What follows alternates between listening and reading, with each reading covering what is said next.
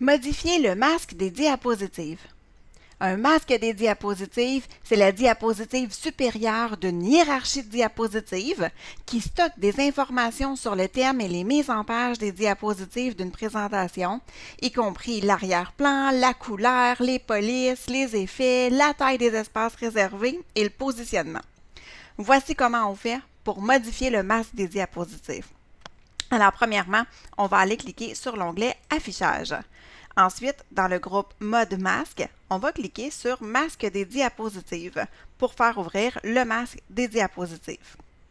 On va aller dans le volet des miniatures et on va aller faire glisser la barre de défilement vers le haut pour avoir accès au masque des diapositives qui se trouve à être la première diapositive miniature, donc dans le volet des miniatures.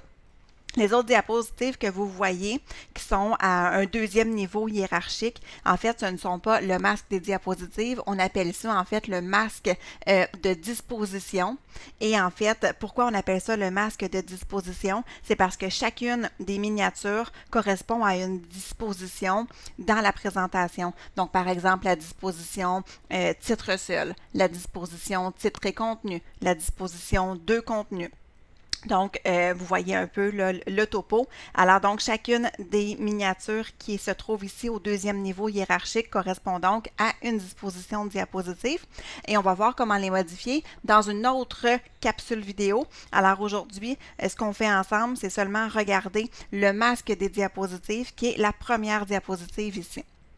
Alors, pour pouvoir la modifier, c'est très simple. On va soit aller cliquer à l'intérieur de la zone, par exemple, modifier le style du titre, ou je peux juste sélectionner la zone tout simplement. Donc, une des deux options, ça fait l'affaire. Et là, j'ai plusieurs choix.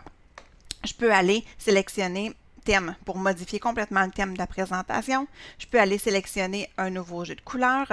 Je peux aller sélectionner un jeu de police. Je peux aller sélectionner des effets. Je pourrais même modifier l'arrière-plan à partir d'ici. Et je peux aussi modifier la taille des diapositives. Donc, par exemple, la taille standard, grand écran, où je pourrais aller cliquer sur taille de diapositive personnalisée pour aller modifier l'orientation de ma diapositive, donc la placer par exemple en orientation portrait au lieu de paysage. Ce qu'on peut faire aussi à partir du masque de diapositive, c'est aller cliquer sur mise en page de masque qui est juste ici. Et là, je vais avoir une petite boîte de dialogue qui va s'afficher et je vais pouvoir ajouter ou enlever des espaces réservés dans mon masque de diapositive. Donc, par exemple, je pourrais aller insérer la date et le pied de page et vous voyez qu'en bas, j'ai un espace réservé pour la date et le pied de page qui s'est affiché.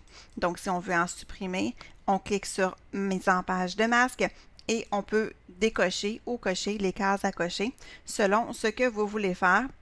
J'ai même le numéro de diapositive qu'on voit dans le bas que je pourrais aussi décocher. Donc, je pourrais voir simplement mes espaces réservés de titre et de texte, tout simplement. Donc, je ne veux rien voir sur mes autres diapositives. Je clique sur OK et c'est tout.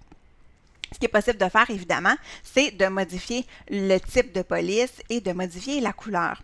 Pour faire ça, tout en étant dans le masque des diapositives, on va pouvoir aller dans l'onglet Accueil. Et là, je vais pouvoir aller modifier la police. Donc, par exemple, je pourrais sélectionner une couleur différente, donc comme ceci. Et je pourrais aller modifier aussi le style de police. Donc, je vais en prendre une qui est très différente pour que vous puissiez voir la modification.